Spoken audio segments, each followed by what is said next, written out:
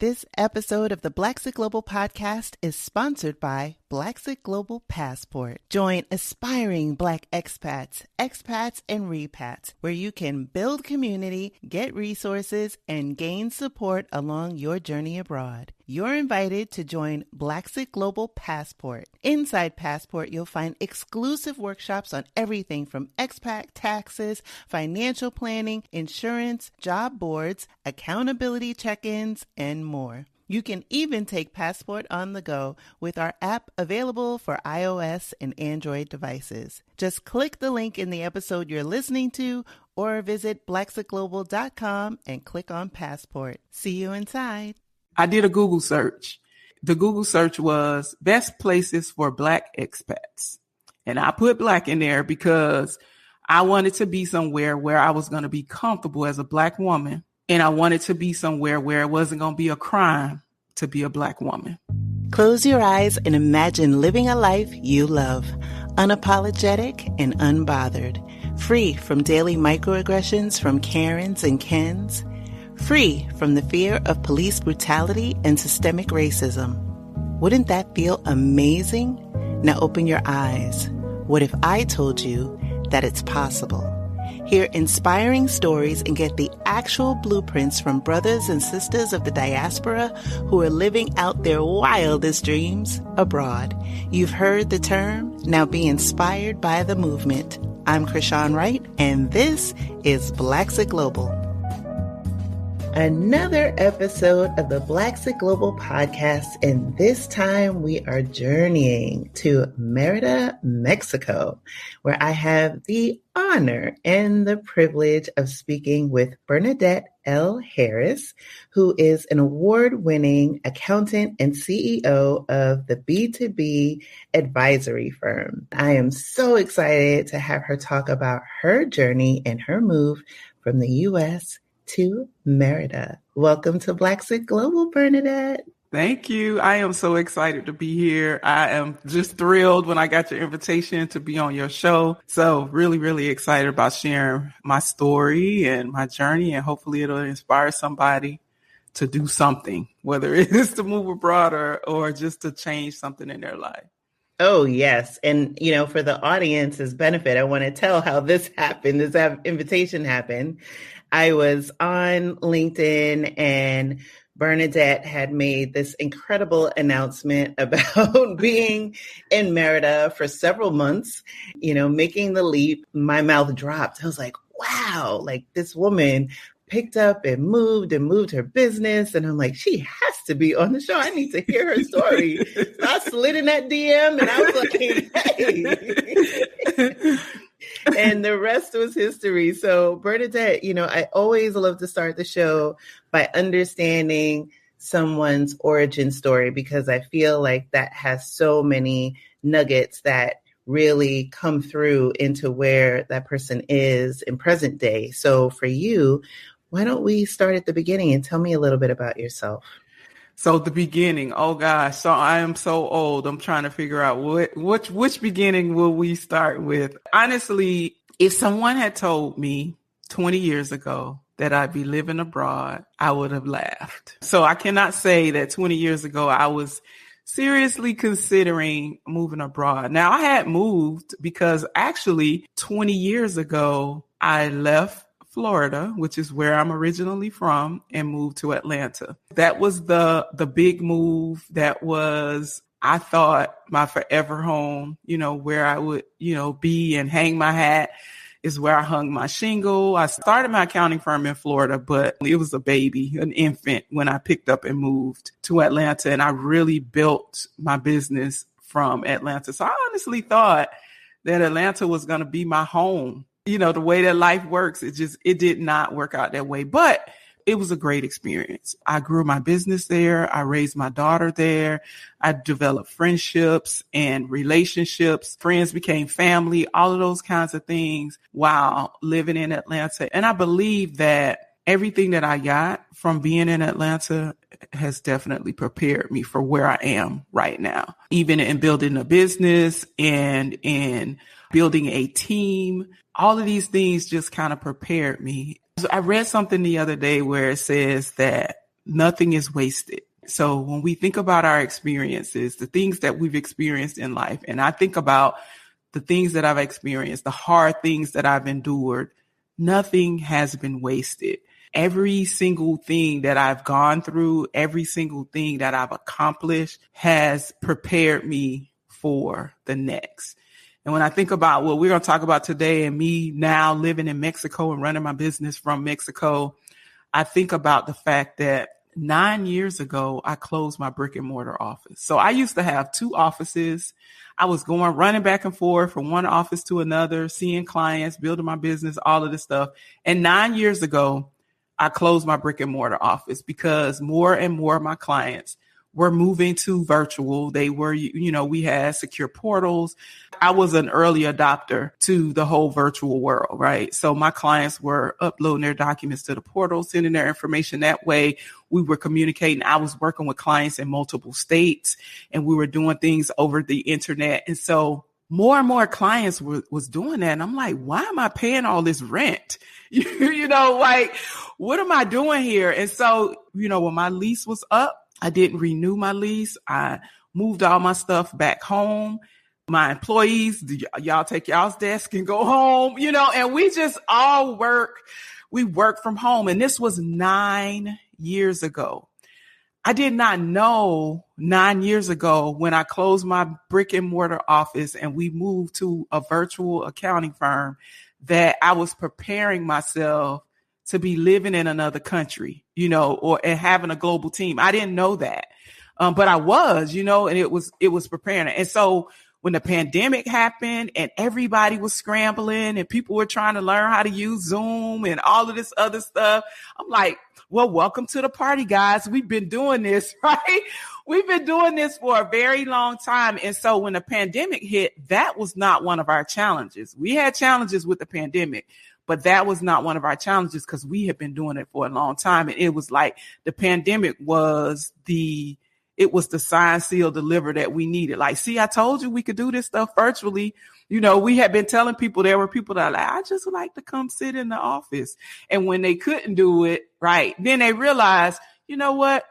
It doesn't have to be that way. And so I say that again, like nothing is wasted because everything that I've been through a part of that story. So hopefully I went far enough back. Everything that I've gone through has really prepared me for where I am now.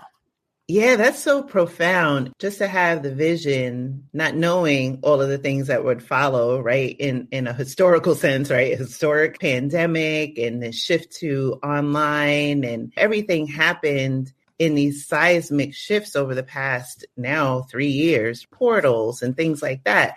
I would love to understand, your specialty is forensic accounting. Can you explain what a forensic accountant does and how you made the decision to not only move abroad, but to move your business along with you? I'm not real good at small talk, but if I tell people that I'm a forensic accountant, we at least can have that little small talk conversation at, a networking event, because most people are like, what is a forensic accountant, right? So a forensic accountant, the role that I play as a forensic accountant is I am called in to investigate fraud. That's the short version. And so in a situation where, and the frauds that I focus on are like insider theft, embezzlement, that type of thing. So if an employee is stealing from an employer, I'm called in to investigate that. And in my investigation, I find out like who did it, how they did it, how much did they take, and then what are the things that this business needs to put in place to make sure that this doesn't happen again. So that's kind of the short version. There are some non-fraud situations where I'm also called in. So I work on divorce cases. So sometimes in a divorce, you may have couples that are divorcing and maybe they're business partners. And so I may be called in to examine the financials to make sure that everything is everything, right? It may be a situation where one spouse owns the business and the other spouse doesn't. The spouse that owns the business says, oh, the business has been losing money for years. You remember Waiting to Exhale, right? Remember in Waiting to Exhale, he's like, we've been losing money for years, but we're going to make sure. And so the forensic accountant is the one that comes in and says, bro, no, you not. You lying, right? And so sometimes I'm not, sometimes it's like, yeah, well, he is losing money, but the forensic accountant comes in. So I've worked family law cases, either in divorces. I've done cases where we deal with child support. I've had cases where the non-custodial parent is trying to get a reduction in child support, and it's because the business is losing money. And so the custodial parent may hire me to examine the financials to see if the business is indeed losing money. There are also situations like in business dissolutions where partners are going their separate ways because something happened, it's not working out. And so that may be called in just to make sure that there's an equitable split in that situation. So those are just some of the examples of cases that I work as a forensic accounting. Now our firm we also do small business accounting. So we work with, all my stuff isn't fraud. All of it isn't forensic accounting, but we also work with 6 and 7 figure businesses and helping them to put their financial systems in place and build business strategy around growing into either 7 or 8 figure business. So. Thank you for explaining it, because to me, it's very interesting given the amount of rigor and, as you describe it, potential like complexity, right? You're looking at different documents and talking to maybe different stakeholders and participants. And like you talked about, formerly having the 2 offices and then building out a global team. And so for some people that either have a business, maybe they're accountants, maybe they're not, but have built this business from the ground up, achieved the American dream, right? And they're thinking very linear, or maybe like in this box that, okay, I built this here. How can I move? I want to live abroad, but this is something I'll do later on, or when I'm ready to dissolve it, or I sell it. But you made the decision to say, hey, you know what? We have these systems in place. Yes, it's intricate, but it's not immovable. Was there a conversation that you had with someone, or even a conversation with yourself, right? To say, oh, you know what? I can pick up and go somewhere else and run this business. Like, how did that come about?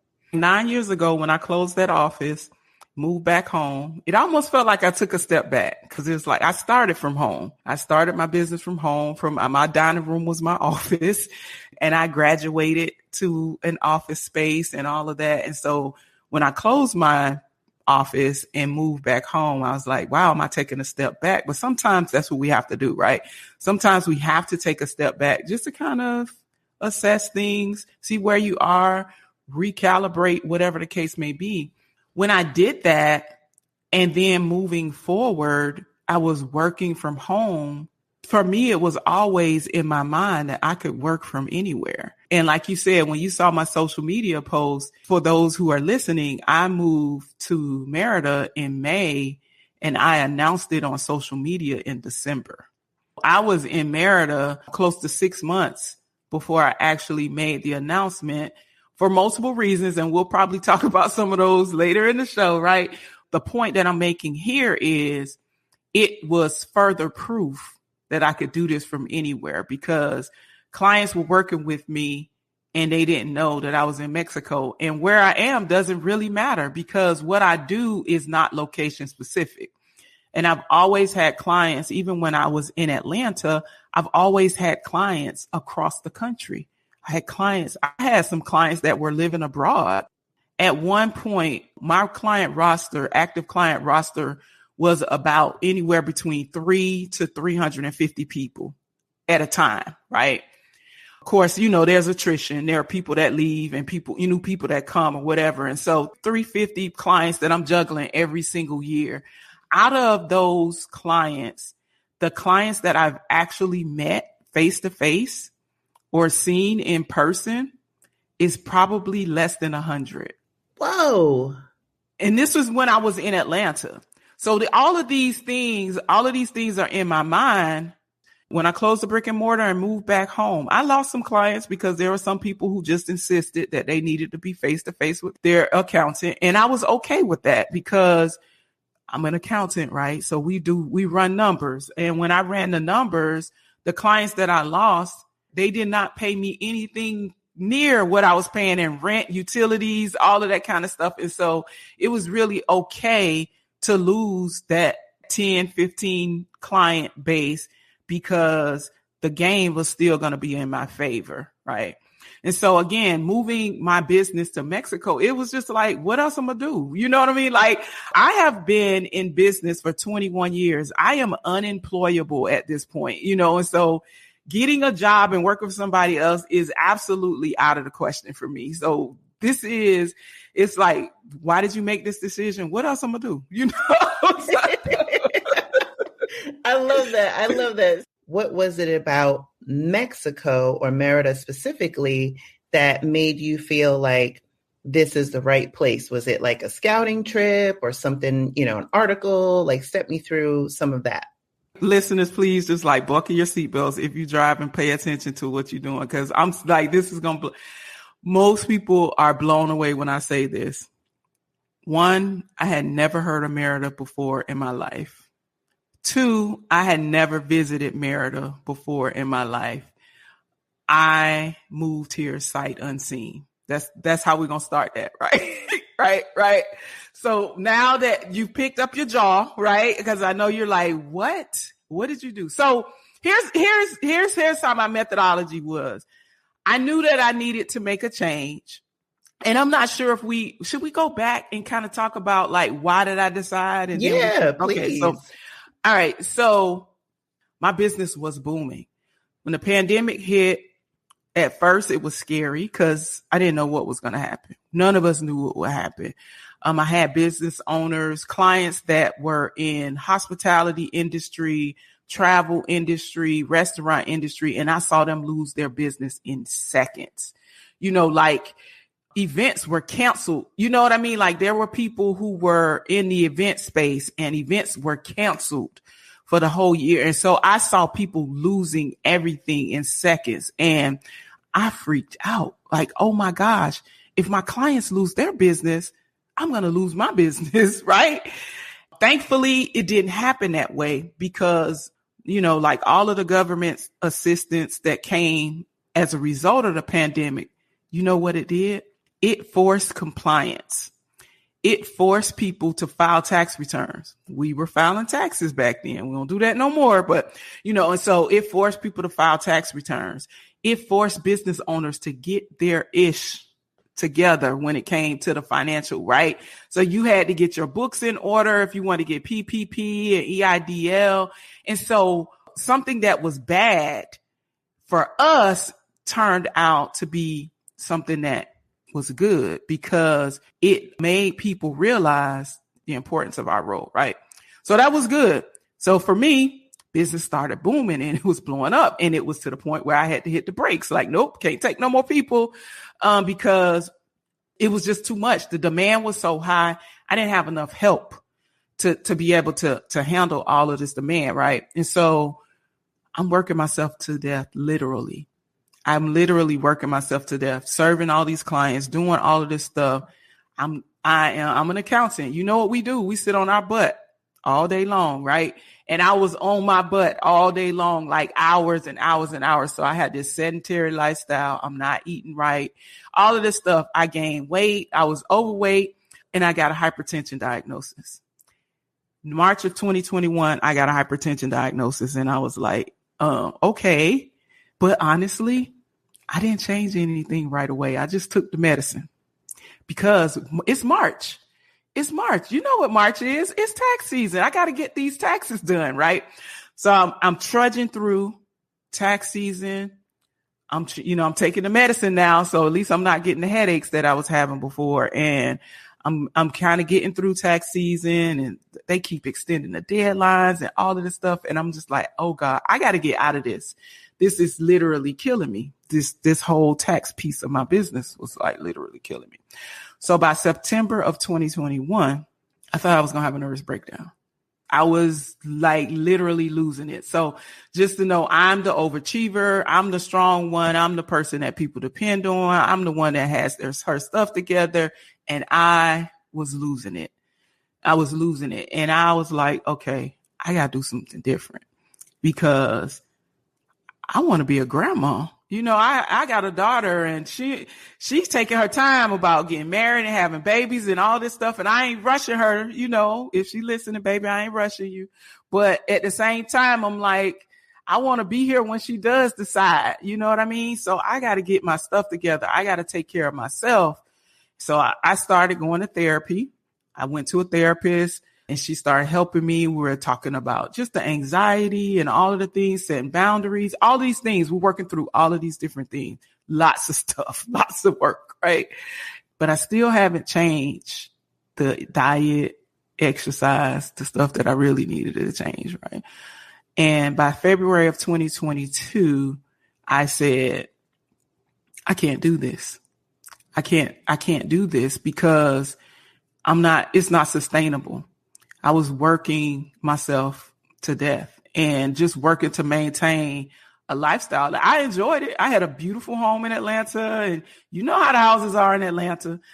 It was not sustainable. I needed to slow down. I needed to take a break. And I said, I got to go live somewhere where the cost of living is less so that I can pull back, slow down, and have a better quality of life. It's some stuff that I done got used to now. And I'm Southern, so I'm just saying, I done got used to some stuff. So I am not, you know, like I was not trying to go from this beautiful mini mansion in Atlanta to go living in no box. Now, I ain't going to be able to do that. But at the same time, I needed to be able to scale back and still be able to, you know, get me some salmon, some lobster, and, you know, every now and then, you know. So anyway, I was like, I gotta go. So one of the first things I did was I did a Google search. The Google search was best places for Black expats. And I put Black in there because I wanted to be somewhere where I was going to be comfortable as a Black woman. And I wanted to be somewhere where it wasn't going to be a crime to be a Black woman. Just be honest, right? And so I put in that and I did a Google search and I got a blog post that came up and a whole bunch of cities were on the list. And Mérida was on the list. Again, I told you at the beginning, I never heard of Mérida. Did not know where it was. Never visited Mérida, right? So I'm like, Mérida, okay, Mexico.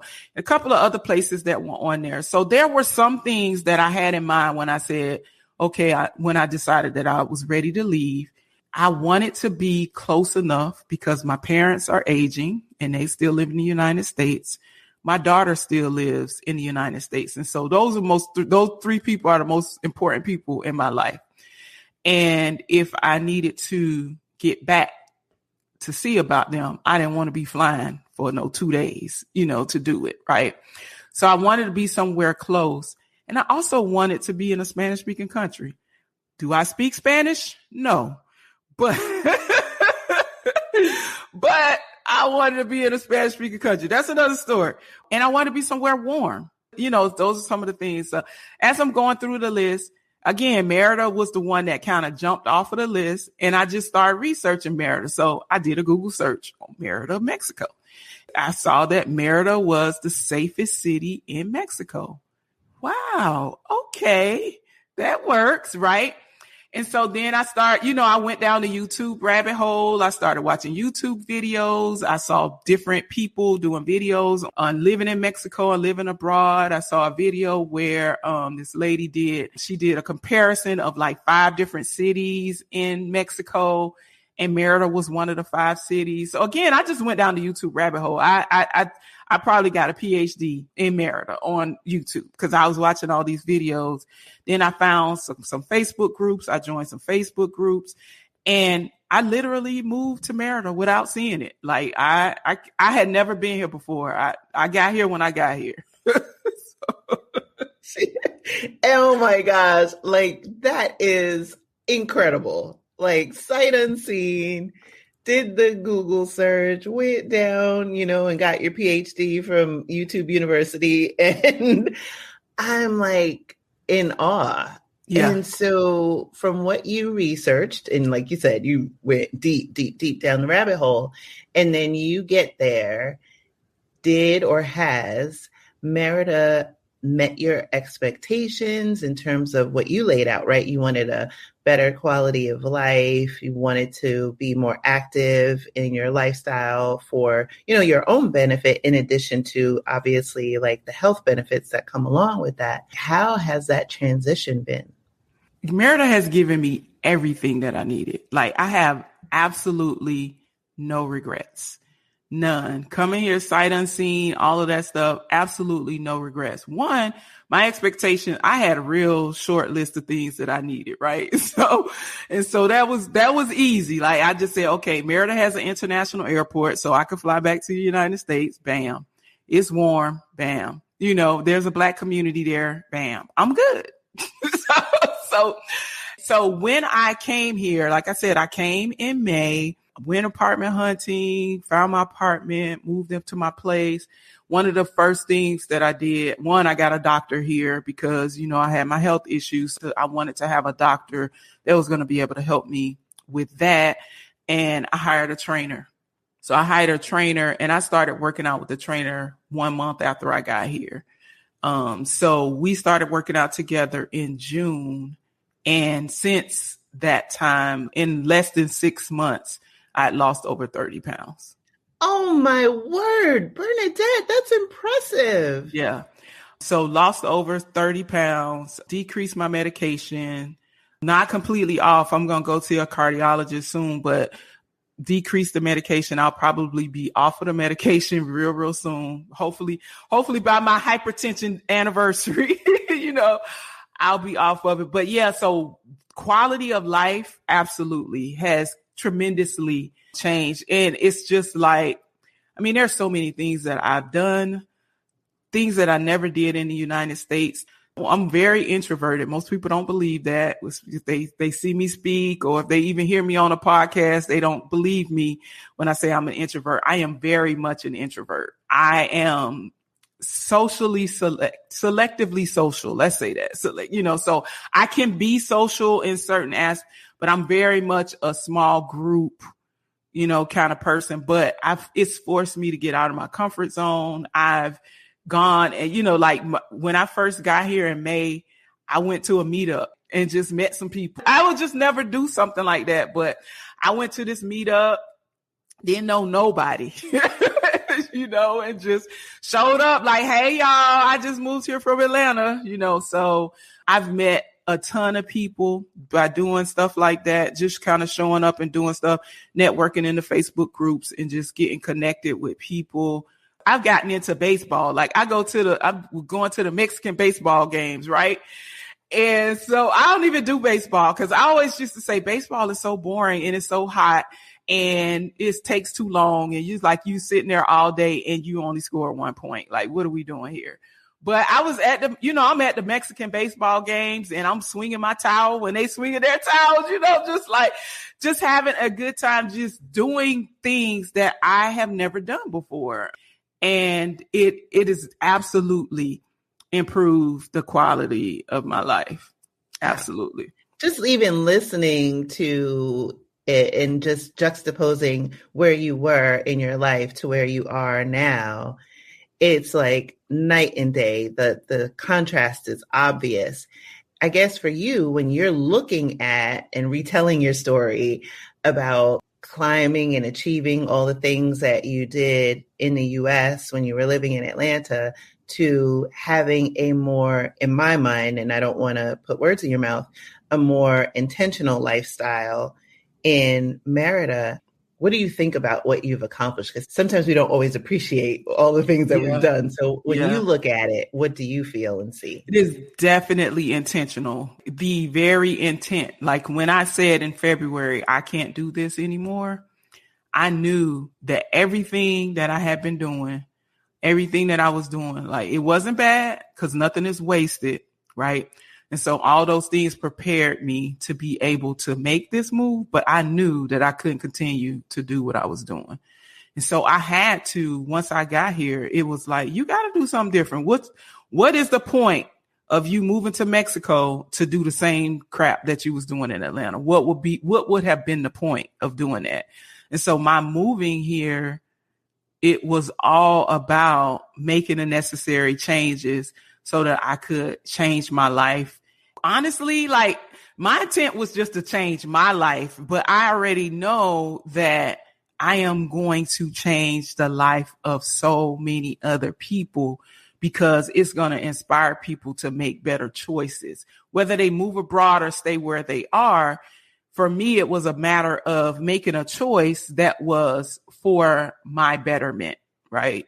And so I know that even though I didn't do it, I ain't do it for y'all now. I'm just saying that, I did not do it for you, but I know that my story will inspire other people to do what they need to do. And so you had also talked about making the decision to go to Mérida. It checked off all the right boxes on the short list in terms of like proximity and family. And so in the time that you've been there, how are you balancing your familial ties with the three most important people? How did they react to your move, or how are they responding to the distance between you? So my daughter's probably the most excited. She's been here twice already, and she'll be back in a couple of weeks. Probably. I don't know. We haven't booked her ticket yet. We already have an agreement that she's going to come at least twice a year.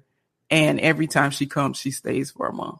So my mom and my daughter are a part of my team, and we don't use the words. We don't say that they work for me because my mom is not having it. So they are a part of my team and they work with me.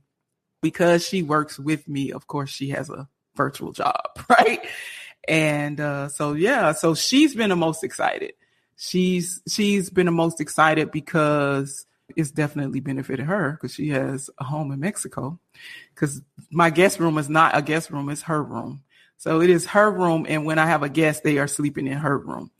She has a home in Mexico, and she's seen the transformation in me, the transformation in my life and just the quality of life and the improvement in my health and just my overall well-being. My mom was just as excited because, again, she just wanted the best for me. She's always wanted the best for me. My mom is the kind of mom that I'd be like, Mom, I think I want to go to the moon. And she'd be like, I think you could do it.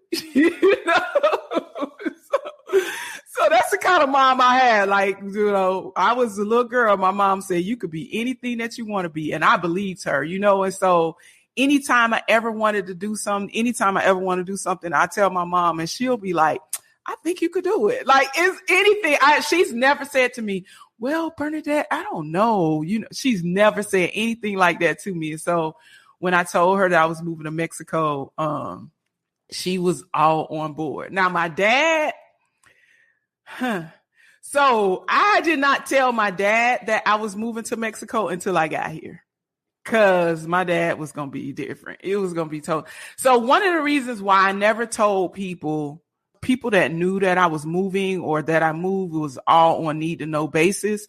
And the reason that I didn't tell a lot of people is because I didn't want to hear people's negative talk. I didn't want to hear people trying to talk me out of it, trying to scare me or putting their own projections or their fears or perceptions about a place that they never visited. Like I didn't want that. And I'm not really good with unsolicited advice. Just be honest, right? So can I just say this? Like, I can't stand it. I can't stand unsolicited advice. Like, I have a therapist, I have a business coach. I pay people for advice, right? And so because I pay for advice and I pay experts to advise me in different areas, I just don't want that free stuff, right? So I don't want any free advice because I don't, right? And so that was also a part of why I didn't tell people, because I didn't want all that free advice from people, And so it was like, I'll tell people once I got here and settled in and all of that other stuff. So when you come to me with all of that stuff, I'm like, yeah, sweetie, I've been here for 6 months. I got this. Right. So with my dad, my dad didn't find out in December like everybody else, but I did not tell him during the preparation stages or anything like that, because he wasn't going to understand. He thought that me and my daughter was here on vacation. Because Kenya and I flew here. She came with me when I made the initial trip down. He thought we were here on vacation. So he's like, how long are you going to be in Mexico? And I was like, well. Let's talk about that a little bit. Yeah. So, yeah, I had to kind of spring it on him. So, and my dad lives in South Florida. And so I did, go down and I've visited him. And of course, I've seen my mom. I've been back. I've had to go back to Atlanta a couple of times, like work related and stuff. And so I've seen my mom, and my mom actually has come to visit as well. It's good. Like those people. And I've even had, I've had one of my best friends came to visit. I got some other ones that they're on the 2023 list of visits. And so, yeah, because I told them, like, I ain't coming back to the States now. I came back a lot this year, but y'all gonna have to come visit me. I'm in the awesome place, y'all. You are in the awesome place. So have you thought about like what you want to enjoy in this new phase of your life? I've been thinking about, and more so in these last couple of days, like really thinking about what I want my life to look like here. So one of the things is I had a friend that asked, like a couple of friends actually asked, like, is this a permanent move or was this just kind of like a reset? And I'm just like, I think in the last 2 weeks, like 3 or 4 different people, like you moved there. And I'm like, don't you see my stuff here? Like I paid to ship my stuff here. All my stuff is here. Even my car, all that stuff, I shipped it here. You think I shipped it here for a weekend? You know what I mean? Like, so, but they don't know that. So I'm being silly, but this is very much as permanent can be. I mean, what is permanent, right? So we can plan all we want. Like I said at the beginning of the show, if you had told me 20 years ago that I'd be living abroad one day, I would be like, yeah, okay, that's real cute. In my mind, I've said, I am going to give Mexico 5 years.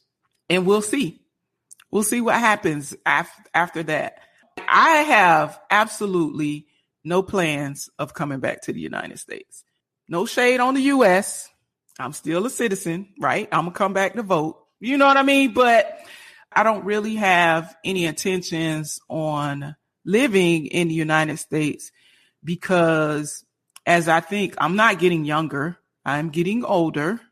And as I get older, I don't want to be one of those people that works hard all my life and then retire and then die a year later. So I want to live and I really want to live, right? So when I think about my life and my existence here, one of the things that being in Mexico has allowed me to do is, like I told you in the beginning, I made a major shift in my business. So it allowed me to make a shift in my business that was going to be beneficial to me and my overall health and me and my team, right? Because we were all stressed out. If I was stressed, we were all stressed out.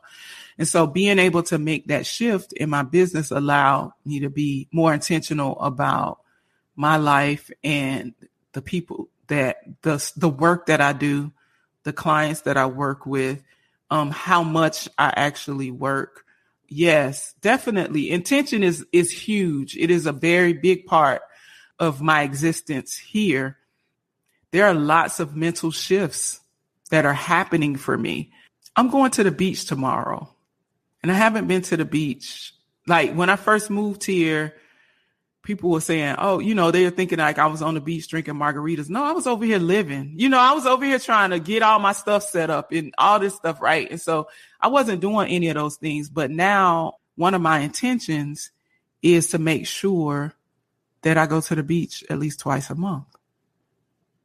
right? So, and that's probably small because, one of my friends was like, let's go every week. And I'm like, every week, girl, you crazy, And so, but then I'm thinking like, why is she crazy? I'm the crazy one to say that, so I'm just going to say 2 times a month and we'll work our way up to every week. But that's a mind shift, right? That is a change for me because I have been in a work mindset mentality. I've been an entrepreneur for 21 years. I'm eat what you kill if it was a picture. You know what I'm saying? So it's like I am accustomed to go, get. Don't let these opportunities pass you by. And so one of the mindset shifts that Mexico is giving me is, wait a minute, ma'am, slow down, take care of yourself, and, prioritize the things that are important. And go, work. That's not it. Because when I drop dead, they're going to find somebody else to do their taxes or do their books or find this fraud, whatever the case may be. So, girl, go to the beach. I love that because you really have made life your playground at this phase and stage of life. It is awe-inspiring to bear witness to its unfolding. And I absolutely am so looking forward to continuing to watch your story evolve. For those who are listening, and I know that they are inspired because you have dropped so many gems, nuggets, and bars in this conversation, where can people find you? So I'm on social media. My social media handle my personal social media handle is Trust Bernadette on all social media platforms. My business is the BTB Advisory Firm.com. So you can find out more about our firm there. And if you're on YouTube, I actually have a playlist that's dedicated to my expat journey. So since you saw the video, me making my announcement, I've been slowly adding videos to the channel, just kind of talking about my journey and some of the things that I've learned and things that I've experienced and all of those things. And so feel free to subscribe to my YouTube channel and follow that playlist to find out more about that. And I mean, of course, it's also where I have, like, if you're a business owner, you'll find some good stuff on there too. That's awesome. And I will link all of those details in the show notes for this episode. Bernadette, like I said, it's been an absolute pleasure. This conversation was bigger and better than I even thought it would be. I am in gratitude and deep gratitude for your honesty and your candor and just being able to share this amazing transformation. I really look forward to watching it continue to unfold for you. And I wish you everything that life has to offer. Yeah, I am so happy to be here. Thank you for the invitation. Thanks for reaching out to me because you might have been on my list of people, but you got me before I was even ready to start reaching out to podcasts. So thank you for reaching out, and you've ignited the fire. So now my communications director is like, see, so thanks for that. And it's been a pleasure. I enjoy telling this story. And again, I just hope that your listeners, whether they decide to move abroad or stay where they are, if they don't get anything else from my story, I'd love for them to take away the fact of the importance of choosing you, right? And so in choosing you is not selfish. It is self-love, right? And so when we take care of ourselves, that is when we can take care of others. Like you said, putting on your mask. And for me, the wake-up call was like, girl, if you don't get it together, you're not going to be able to be here when this girl finally give you some grandbabies, right? So, or I'm don't want to be on no walker. I'm going to be Gigi. I'm not grandma, right? So we're going to be Gigi. We're going to be running in the park, at the beach. They're going to be spending the summer in Mexico, all of that stuff, right? And so, and doing all those things, making these choices was not a selfish choice. This was a choice to make sure that I am taking care of myself so that I can be here just a little bit longer. So I hope that the listeners at least get that, like, choose you. Amen to that. Thank you for listening to the Blaxit Global Podcast. For more information on today's episode, be sure to visit our website at blaxitglobal.com. It's not only possible to live out your dreams unbothered and in full color, it is your birthright.